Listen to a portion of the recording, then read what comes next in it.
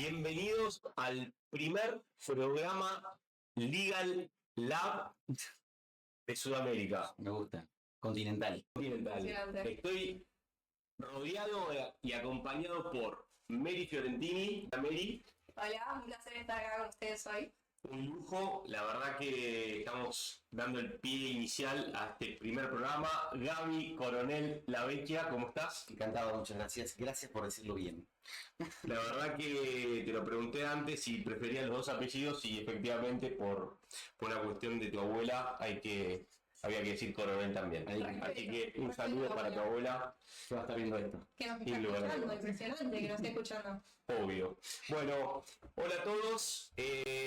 Aquí estamos inaugurando este primer programa con un montón de entusiasmo, con muchas ganas, mucha preparación. Creo que nos vinimos muy preparados para poder compartirles todo lo que está pasando en el mundo de la tecnología inmersa en el derecho. Perfecto, vos traes la información, yo traigo las preguntas. ¿Hacemos negocio? Dale, que vamos a buscar. Miren, voy a hacer una pequeña síntesis de lo que está pasando y lo que queremos contar en el marco de este programa. La tecnología claramente está irrumpiendo en un montón de sectores. Hoy, en el sector económico, en el sector financiero, en el sector de la salud, en el sector del transporte, en la infraestructura y en el sector legal, obviamente, también. Y los abogados están hoy descubriendo el ChatGPT, su mejor nuevo amigo. Entonces, bueno, ¿cómo lo vamos a usar? ¿En qué consiste? Esta tecnología que vino para quedarse y que ya arrancó una carrera, entiendo, en relación a los distintos participantes de este sector, cómo se van a preparar y cuánto van a invertir en cada uno de sus estudios, entidades, empresas, en relación a la incorporación de tecnología aplicada a lo legal. Aplicada al mundo legal en general, que después vamos a empezar a hacer doble clics, porque realmente es un gran universo, como dice Gaby. Nos vas a contar un poco qué es lo que pensás. Los temas abundan y complemento, como bien decís, la tecnología aplicada al ejercicio de la profesión con cómo estas nuevas tecnologías impactan en la vida de los seres humanos y generan fenómenos que no estaban regulados. O sea, vamos a embargar a alguien una wallet cripto y si la tiene en una cold wallet, ¿qué hacemos? O sea, hay un montón de que no estaban regulados y que no están regulados. O sea que vas a dar información. Y la pregunta ¿es necesario que estén regulados? ¿O no? Y si es necesario, ¿cómo lo regulamos? Claro. O sea, acá donde es fascinante ver el derecho como tecnología que ordena la coexistencia pacífica del ser humano, bueno, le aparecen nuevos fenómenos que el derecho no llega a operar de manera directa como sí lo podía hacer antes. Y esto nos deja como operadores jurídicos ante un montón de preguntas que nos compete la respuesta y que son tan dinámicos y tan inorgánicos los sucesos que se van dando, porque no es que tipo, esperen que ahora sale una novedad. No, esto va ocurriendo como la vida fluye. Y ahí donde las instituciones académicas todavía no han hecho un catch-up respecto de, bueno, qué le enseñamos al profesional de mañana. Y tampoco está estructurado el conocimiento como para poder trasvasarlo de una manera prolija, ordenada, porque no estamos en una suerte de caos. Entonces tenemos, por un lado, una irrupción en tecnología en un mundo que no está preparado para eso. Entonces vamos a evaluar algunas fricciones o barreras que pueda llegar a tener el sector. Totalmente. En un segundo plano tenemos, bueno, esa irrupción teniendo un impacto en el usuario, ¿no? Entonces, ese usuario empieza a ver nuevos riesgos, empiezan a ver nuevas realidades y nuevas relaciones jurídicas. ¿Es eso? Sí, quieras o no, es una nueva rama del derecho completamente no distinta a la anterior, porque en cierto sentido siempre vamos a arrastrar los mismos principios y lo mismo que teníamos antes, pero sí en el sentido de si uno no conoce el mercado, si uno no conoce la tecnología y cómo funciona, nunca vas a poder asesorar como abogado. Es decir, una fintech, ¿cómo le voy a asesorar si yo no entiendo cómo funciona su producto? No puedo. Entonces también hay un tema de, bueno, el abogado al adaptarse tiene que también empezar a entender esta industria en la cual quiere formar parte. Y un complemento, digo, que como ejemplo basta, el derecho es territorial principalmente. Y hoy la tecnología te hace olvidar que estás en un territorio, en un mundo cada vez más globalizado. ¿Cómo conciliamos esto que parece una contradicción para dar la respuesta al ciudadano a pie, en definitiva, que es el que tiene el problema, que es el que compró una wallet que está radicada en BVI y no le lleva transferencia? ¿Lo mandamos con un exhorto? ¿Tiene sentido que pase eso? La tecnología no nació en gran medida, o por lo menos esta que estamos mirando, estas nuevas infraestructuras tecnológicas, para salir de todo eso? Bueno, esa es la dimensión filosófico-política que amerita un podcast propio para mí, que es muy fascinante. Hoy Satoshi debe estar revolcándose, pobre, porque lo que estamos viendo es... Sí, es que sí, vivo, boludo, sabemos. Donde ya que esté o no esté, digo, le está pasando mal, porque toda esa promesa que él buscó con crear un dinero peer-to-peer, la está viendo sucumbir en general ante el uso masificado de... Ante el establishment. Ante el establishment, básicamente. Y que también tiene un sentido, porque algo que hay que reivindicar es el derecho, el buen derecho, no el que asfixia, tiene un propósito, que es evitar abusos al inversor minoritario. Si hay una norma es porque está buscando generar un incentivo o un desincentivo para que pase algo. El mundo cripto también quiere saber que el dinero que transacciona o la currency que transacciona no proviene de trata de blancas. Y eso requiere que haya cierto observador o por ciertos canales se fije de, che, ¿dónde viene esto? ¿Para dónde va? Que de alguna manera busque minimizar. Después, digo, la trata de blancas existe antes de la cripto y esperemos que deje de existir algún día. Pero sí buscamos generar obstáculos y barreras para que tengamos ciertos recaudos con qué estamos transaccionando, y lo tomo como un ejemplo nada más. Sin lugar a dudas, creo que acá hay algunos conceptos que son, de alguna manera, que tienen que ver con mantener la integridad financiera de una economía. Y la integridad financiera de una economía significa justamente tratar de combatir todos esos activos de origen ilícito que quieren entrar. Bueno, ahí hay que hacer una regulación inteligente de manera de mitigar todos esos riesgos. Y por el otro lado también encontrar un equilibrio.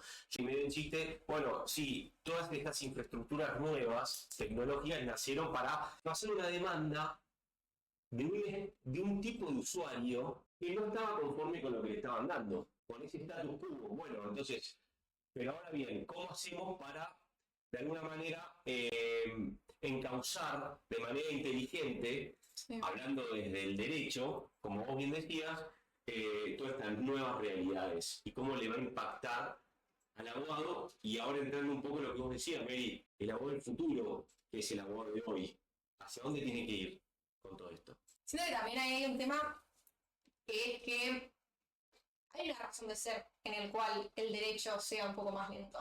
Porque si nosotros tratamos de todo el tiempo encuadrar esas tecnologías, por ejemplo, decimos, bueno, no sé, tenemos la blockchain la vamos a regular de esta cierta manera, ¿no? Entonces, después nos sale otra cosa nueva dentro de la blockchain y nosotros intentamos meter ese círculo nuevo dentro de un cuadrado que intentamos antes que no entra. Entonces también como hay una razón de ser en el que todo pase como viene pasando, ¿no? Que vaya un paso a paso, que no el cambio sea de una noche a la mañana. Y eso también para mí tiene que ver con eso del abogado del futuro. De, bueno, ¿cómo es ese abogado del futuro que en realidad ya es el abogado del presente? Porque todas esas tecnologías ya están acá. Y tiene que ver también un poco con el hecho de que desde la misma formación del abogado tendríamos que empezar a adoptar todas estas nuevas tecnologías. De alguna forma, por ejemplo, que en la facultad se hable algo de inteligencia artificial, que eso hoy en día no se ve mucho, pero después, por ejemplo, si los chicos usan mal la inteligencia artificial y obviamente los primeros que van a saltar son los profesores y los directivos. Entonces también hay que enseñar y hacer una educación consciente del uso de esas herramientas para que tampoco llevemos a un mal uso por no saber cómo utilizarlas. Hay algo que está presente que es el cambio como lo único permanente que nos acompaña en nuestra existencia. Entiendo que lo que ha variado significativamente es la velocidad de cambio y cómo uno se adapta a eso que está ocurriendo. No sé, la radio del siglo pasado duró mucho tiempo y de repente en una década vimos como el canal de televisión, que fue una institución por definición en los medios de comunicación, se ha visto desplazada por un canal como este, digo, la verdadera democratización, y esto lo permitió la tecnología, un internet más rápido, más económico, más accesible, y después no tenemos una noción cabal de cuáles son las consecuencias de estos nuevos fenómenos. Recién ahora empezamos a ver generaciones que han crecido con una pantalla, y el cerebro le funciona de otra manera, y me quedo al margen de los juicios de valor, pero la regulación de los influencers como constructores de realidad en términos de significado y símbolo, eso no estaba previsto. Y de alguna manera tenemos que hacerlo, porque les cabe alguna responsabilidad en tanto promotores de un producto por el cual perciben un ingreso. Y esto va de la mano, o sea, está dentro del globo que llamamos Legal Tech como campo disciplinar, que ahora si quieren discutimos a dónde empieza y dónde termina, porque de vuelta, es algo que el legislador no pudo prever porque no existía, y también es osado pretender regular porque no tenemos claras cuáles son las consecuencias. Sumado que hay derechos fundamentales en el medio, que me encanta esa discusión, que vamos a tener un capítulo exclusivo de eso.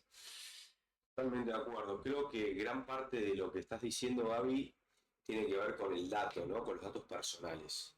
También, que es otro gran tema y hay que ver cómo desde una política pública se cuida mucho al usuario en esto de, bueno, ser parte de una dinámica tecnológica cada vez mucho más veloz y que hay un intercambio de información bestial en materia de datos entre distintas plataformas que de alguna manera también ahí el derecho no puede tomarse tanto tiempo y tiene que empezar a entender esas nuevas realidades.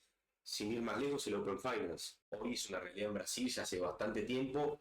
Hoy el regulador está pensando en Argentina, el Banco Central está pensando en Argentina en diseñar cuál va a ser, digamos, el modelo más apropiado para nuestro país en materia de Open Finance, que tiene que ver un poco con entender que la información de uno es de uno. Sí. Y no es solo la información financiera, ¿eh? Y no es solo la información bancaria. También tiene que ver con la información en materia de la salud, del transporte. Si a eso vamos, hacia un open data, hacia un intercambio de información. Acá es donde creo que una de las patas que está faltando y un objetivo de este espacio es empezar a tomar conciencia. Porque la realidad es que uno no es precavido, no es consciente de la información que disemina por internet, caminar por internet. Vaya en vivo, chicos. Navegar por internet es como pisar sobre nieve, o sea, vas a dejar huellas, vas a dejar un montón de información que es el insumo de grandes compañías en donde hoy se compite por atención. Eso también es algo que es nuevo en términos de décadas.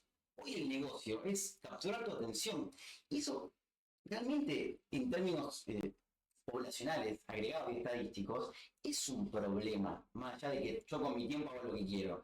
Pero hay un piso de sociólogos, antropólogos y psicólogos que están muy ocupados en ver cómo yo no dejo de mirar TikTok. La realidad es que uno no puede, así como uno alimenta su cuerpo, ¿no? Como uno alimenta su mente. ¿Cuáles son las consecuencias de por 40 años usar TikTok 6 horas por día? Yo quiero ver qué pasa con eso. Antes no pasaba. A mí me encantaría ver esa generación. Sí.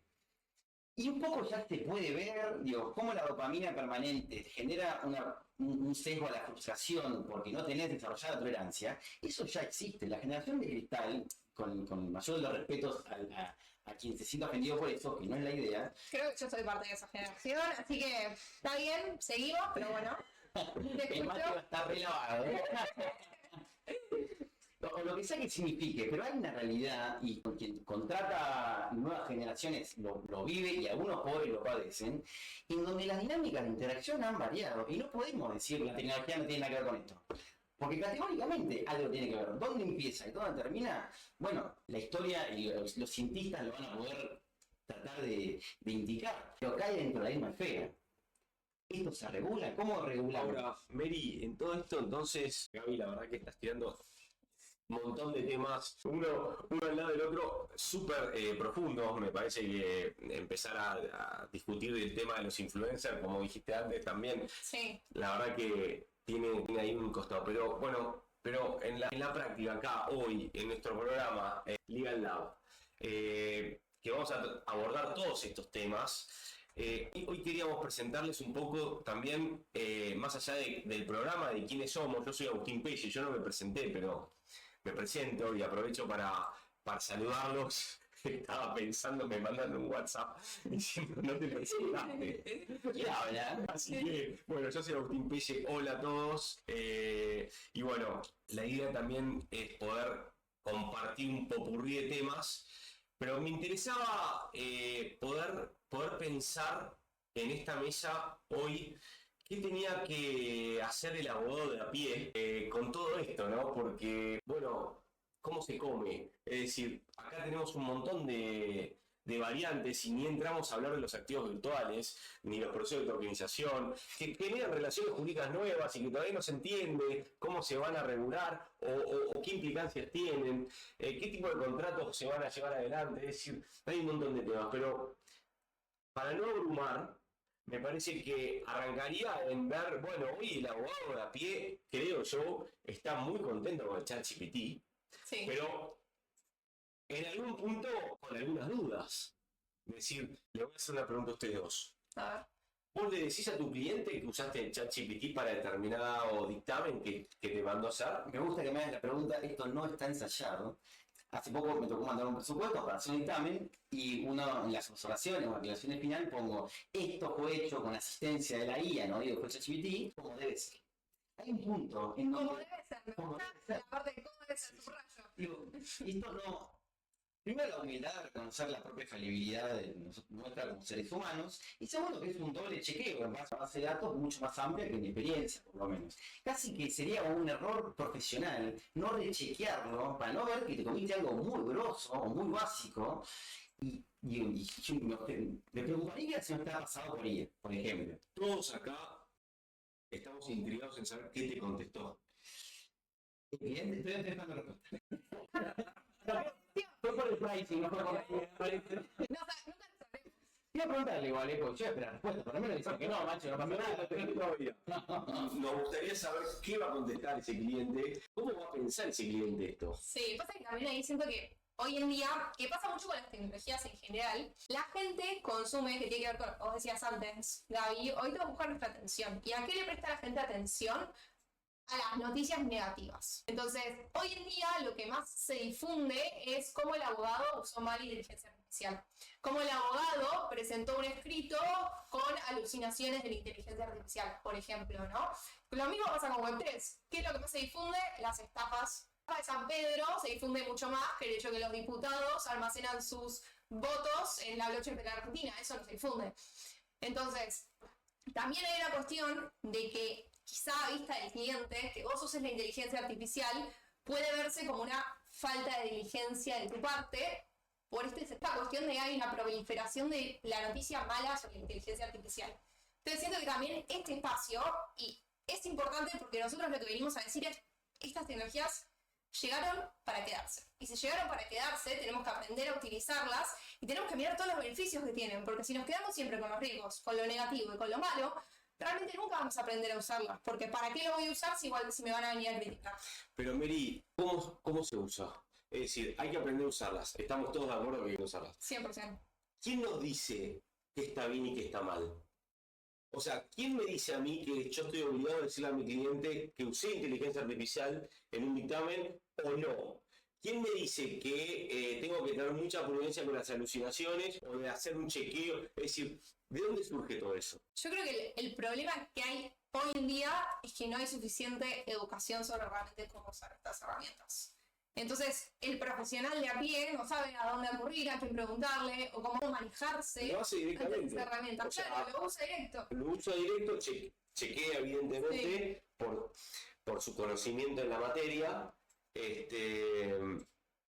Y bueno, la pregunta también tiene que ver con esto de entender este uso. Yo creo que tu cliente, volviendo a este caso que me parece importante, interesante, como para ponerlo sobre la mesa, obviamente de dos formas. Che, ¿usaste inteligencia artificial? ¿Me estás cobrando esto? La verdad, ¿dónde está tu trabajo? Ese sería quizás un mindset muy común de... O la otra respuesta que podría ser, que me encantaría, che, qué bueno que estés actualizado y que uses esto, me siento más seguro que más allá de tus conocimientos, que por eso te contrato, hayas hecho una ayuda en tus conocimientos con la inteligencia artificial.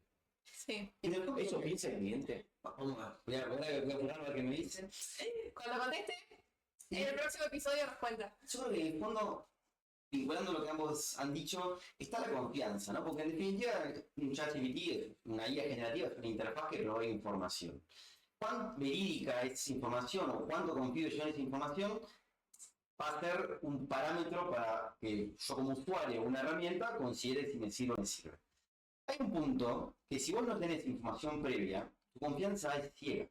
Si vos no podés cotejar lo que te está dando con algo que vos ya sabes, no, el uso va a ser subóptimo, salvo que hagas una investigación un poco más profunda. Yo tengo la sensación, y acá me gustaría escucharlos, de que una investigación profunda tipo Deep Search, cualquier IA hace, tanto Gemini como ChatGPT o Cloud mismo, te arroja una suerte de informe de 15 o 20 páginas muy razonable respecto al estado del arte de cualquier situación, con pros y contras. Por supuesto, no sos un doctorado en la materia, pero razonablemente vas a tener los diferentes 3 aspectos principales de esa disciplina que querés saber. Tenés que leer las 20 hojas. ¿Y por qué digo esto? Porque, no sé, Deep Research de Google visitó 422 fuentes. Macanudo contrató y sacó sus conclusiones. Si yo te digo, Mary, hacer un informe sobre, no sé, el mercado de la vaca, y uno, ¿qué hacía antes? Entrabas a 2 páginas de Google, 15 páginas. No hay nadie que digo, nadie sabe que hay. Vos querés esconder algo, esconderlo en la segunda página de Google, porque nadie fue ahí jamás. ¿Y cómo vas a discutir que visitar 423 fuentes no es mejor que las 4 o 15 fuentes que uno hubiera googleado o los 25 libros que hubieras visto en la biblioteca, como hacíamos antes? De este punto de vista, creo que lo que hay que empezar a poner a la mesa es un poco la actitud de apertura, ¿no? Cuando los de cambio soplan, unos construyen muros y otros molinos. Y acá yo creo que sí hay que discutir y politizar un montón las herramientas tecnológicas, pero sin hacer un juicio de valor todavía, porque hay tiempo, la tendencia es para allá. No hay duda. Y ahí donde creo que primero no hay que ser necio, no hay que ser obstinado, hay que entender que la ruta todo indica que va para allá. ¿Nos podemos equivocar? Sí. Pero bueno, medio No, para allá. Sí. Mary, ¿a quién reemplazaría a la IA? ¿Por a alguien? Para mí, la cuestión es, ¿va a reemplazar al abogado que no use inteligencia artificial? El abogado que sí usa inteligencia artificial, pero 100%. O sea, hoy un estudio mucho más chico puede competir con un estudio grande solo por usar inteligencia O sea, artificial. que de alguna manera la inteligencia artificial equipara la cancha entre los grandes y los chicos. Para mí sí, equipar un montón. De hecho, a mí me pasó que en mi primer trabajo, yo trabajaba para un estudio jurídico del extranjero y yo le enseñé a mi jefe a usar inteligencia artificial. En ese momento fue hace el año pasado. Y yo le enseñé a usar inteligencia artificial y se dio ese fenómeno muy loco también, con lo intrageneracional de lo que hablábamos antes, en el cual, digamos, yo, de chica que en ese momento tenía 21, 22 años, bueno, tengo 23, no hay tanto cambio, pero, digamos... Pero sos generación de cristal, vos no. Para mí no, pero no estoy segura. ¿Hasta qué edad es la generación de No cristal? sé hasta qué. no me consta, pero la próxima cuestión Después lo peleamos y lo traemos. Porque viene generación de cristal y qué más. Y vienen millennials. No, vendría millennials y centennials. Generación de cristal es una manera de llamar a los centennials. Claro, los definitivamente. centennials. Entonces, creo que yo soy... No estoy segura. No vamos a Vos decir sos cosas que no centennial estoy y vos sos segura. Creo que millennial. sí, que soy Correcto. Yo soy centennial. X. Sí. X. Generación X. Claro, ok. Entonces... me perdí en lo que estaba diciendo. Se da ese fenómeno muy loco en el cual yo decía, ¿qué le voy a poder enseñar a este tipo que tiene quizá 40 y pico de años de profesión? Yo que todavía no estoy ni recibida. Y sin embargo pude ayudarlo con algo, ¿no? Entonces siento que también ese rol de las nuevas generaciones vienen a ayudar quizá a esas generaciones más grandes, que tienen muchos años en la profesión, a adaptarse a estas nuevas tecnologías. Pero ahí también hay otro riesgo, que es... El otro día hablaba con un abogado y él me decía, sí, buenísimo, pero yo puedo hacer todo esto sin la inteligencia artificial. ¿Qué pasa con las generaciones que están arrancando ahora a la facultad, que van a empezar a depender de la inteligencia artificial al 100%?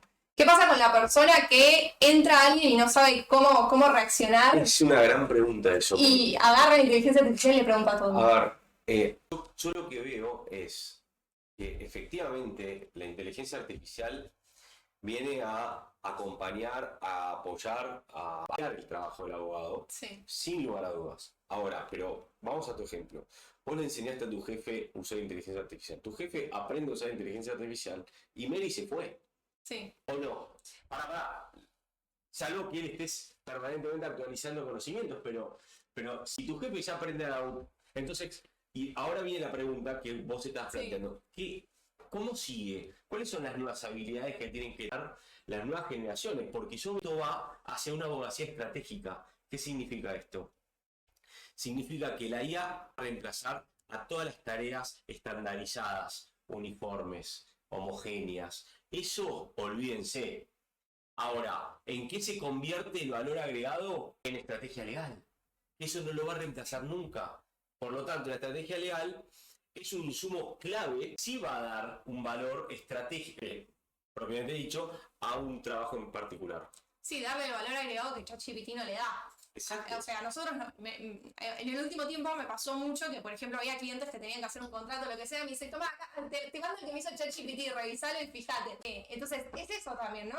¿Qué valor agregado estamos trayendo nosotros que el cliente no tiene simplemente agarrando el ChatGPT, pidiéndole que haga un deep research, como decías vos, o preguntándole algo legal? Tengo, Estoy tengo, pensando, tengo, te quedaste pensando. tengo muchas preguntas, sí, y pocas certezas. Dentro de las pocas certezas que tengo es que coincidamos razonablemente que abogados hay un montón, en la República Argentina en particular, En el mundo. en el mundo y en Argentina en particular. Yo creo que hay una explicación muy loca respecto a esto, que es una barata. Vos con TISA y un abogado ya tenés la posibilidad de dar la carrera. Si vos querés ser geólogo o médico, necesitas otra infraestructura. Esto hace que proliferen la Facultad de Derecho, lo cual celebramos. Pero, ceteris paribus, manteniendo la demanda, vos lo que haces es una inyección de oferta, porque el tipo que tardaba una semana en hacer un contrato de fideicomiso bien hecho, hoy tarda 4 horas. Y si no hay una explosión de demanda por parte de quien requiera servicios profesionales, el precio tiende a la baja. Naturalmente, porque con el mismo esfuerzo vas a lograr el mismo resultado, pero no tenés quien te demande más servicios. Lo cual también es un problema que en términos sistémicos se puede analizar de la profesión, al margen de que los juniors dejan de ser cada vez más necesarios. Totalmente. Y- La base de la pirámide es lo más complicado hoy. Sí. Cuando tradicionalmente siempre decían los más 40 están peligrando en el mercado laboral y los que vienen con mucha fuerza es los más jóvenes. Hoy con inteligencia artificial eso se está revirtiendo porque hay un dato muy interesante que lo traigo para la próxima más concreto, que en las tecnológicas Sí. se está aumentando el nivel de promedio de edad. Ok. Por ejemplo, hoy un Globant tiene un promedio de edad, si no me equivoco, de 24 años. Eso está empezando a subir. Es decir que justamente las tareas más básicas hechas por juniors están siendo reemplazadas por la IA y están requiriendo personas con mayor experiencia, mayor recorrido y mayor edad naturalmente. Sí. Es que el mundo, hay que reconocerlo, de economía se está complejizando, se está sobrecomplejizando respecto a las capacidades. Por eso cada vez es más común encontrar equipos interdisciplinarios, porque ya la formación no está no a la altura, pero no llega al estado del arte respecto del presente. Y eso genera que necesites juntar saberes, campos disciplinares, porque no hay una profesión de abogado especialista en informático de base. Es un grado y después te haces posgrados o autodidacta, que es como muchos nos hemos formado en esta disciplina. Estoy convencido que la habilidad del futuro va a ser aprender a aprender. Y eso es muy complejo de enseñar en términos de pedagogía, porque es como el saber más alto, porque la capacidad de crear es como el último escalón dentro de los niveles de conocimiento. Y ni hablar las universidades, esto se lleva puesto todo.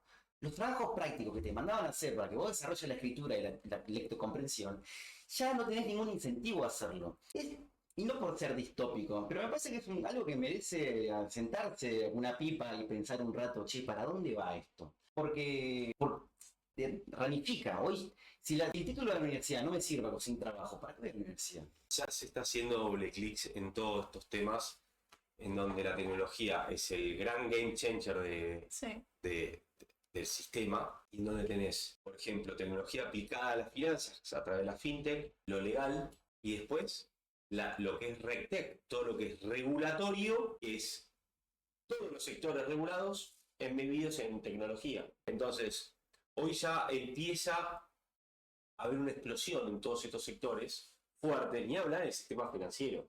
Eso va a ser para otro capítulo. Ni hablar del proceso de redefinición que está teniendo hoy el sistema financiero global. En Argentina también. Entonces, a mí me parece que hoy es súper necesario entender que la tecnología está jugando un papel muy importante y que eso se tiene que trasladar, como vos decías al principio, Mary, en la educación, en las universidades, y que también tiene que empezar a haber un uso prudente, como vos bien lo marcaste, en el ejercicio, en este caso de la profesión, en el ejercicio de la tecnología aplicada a la abogacía, aplicada a la justicia también, porque no hablamos del otro lado del mostrador, qué pasa con la inteligencia artificial, porque eso pone en juego mucho que un dictamen legal. Y acá está lindo también un poco, chicanear un poco, ¿no? Porque esto es un espacio más relajado, pero ¿qué diferencia hay que una sentencia te la haga la IA que te la haga un secretario? Sin definitiva, el que tiene que redactar o aún más debajo del secretario. Pero cuando vos hablas de hacer, de hablar, de agarrar la evidencia y pensar el resultado de la sentencia, o hablas de hacer en el sentido de redactar.